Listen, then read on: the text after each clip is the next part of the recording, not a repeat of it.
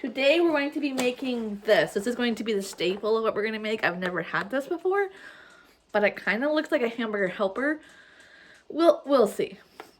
But we have a challenge. This is going to make this a little bit more interesting.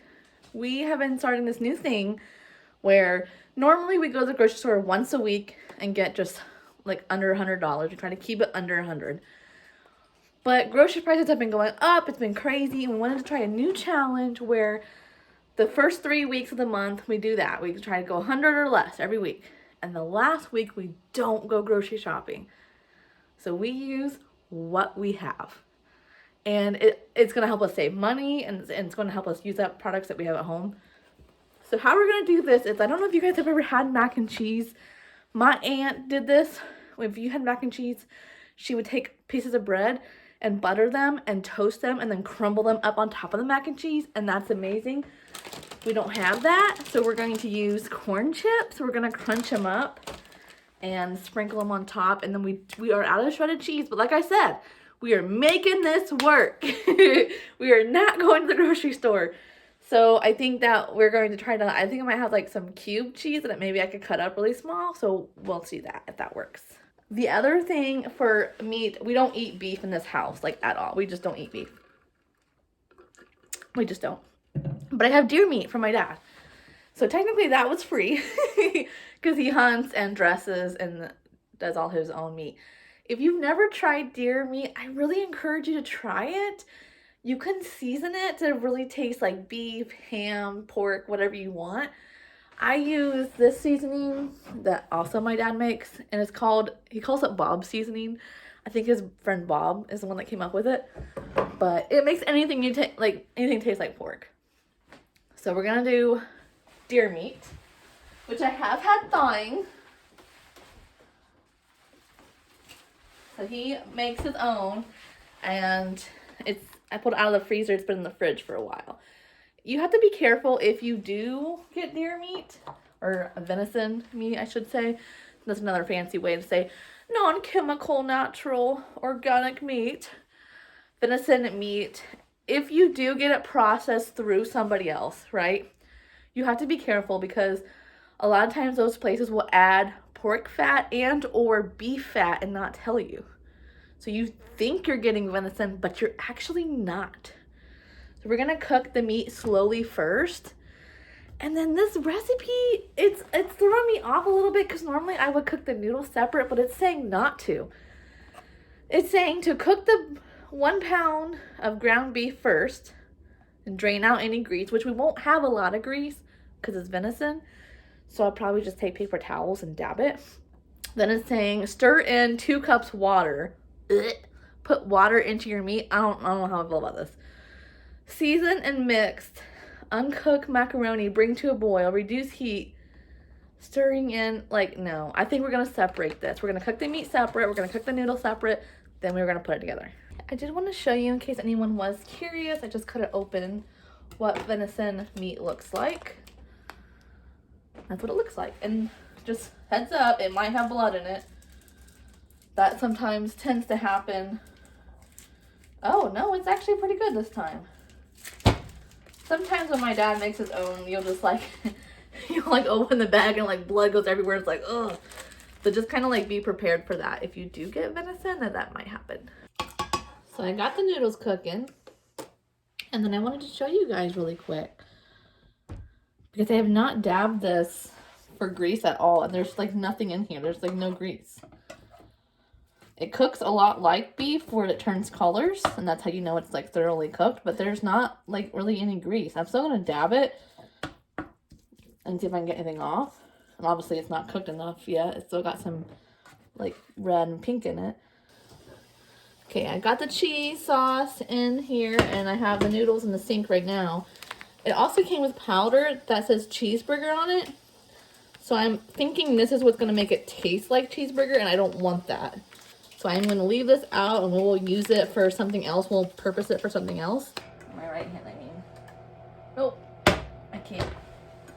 That's my broke hand. Can't do it, guys. Sorry.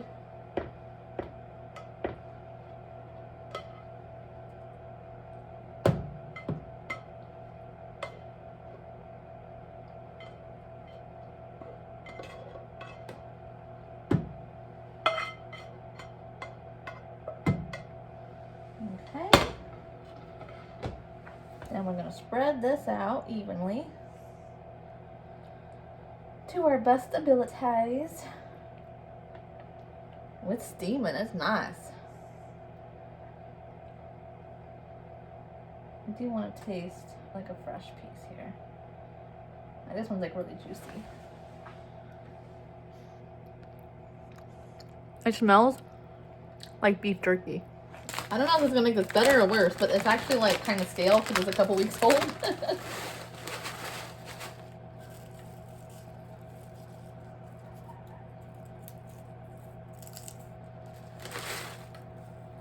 So we shall see. We're just gonna do a little bit because we've never made this before, so we don't know how it's gonna turn out. And look, y'all over there, I'm making Kool-Aid. DC's gonna come home to a nice meal. He's gonna be surprised.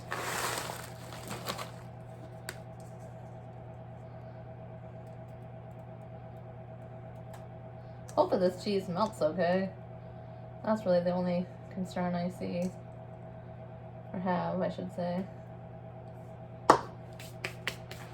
Then we're gonna pop this in the oven with the mushroom meat and a Dalmatian puppy. Woo! It's hot. There we go. Now we're just gonna keep an eye on it. You guys, it smells amazing! It kind of smells like walking tacos. It does, actually. That's what it's kind of, I can smell like the tortilla. Have a seat. Latte. It's dinner time. That's pink lemonade too. Are we dinner vlogging? I did a little cooking video before you got home. Nice.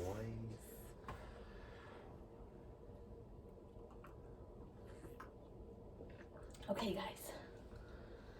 Time for the reveal. Oh, I'm making a mess. Ah! It's the chips.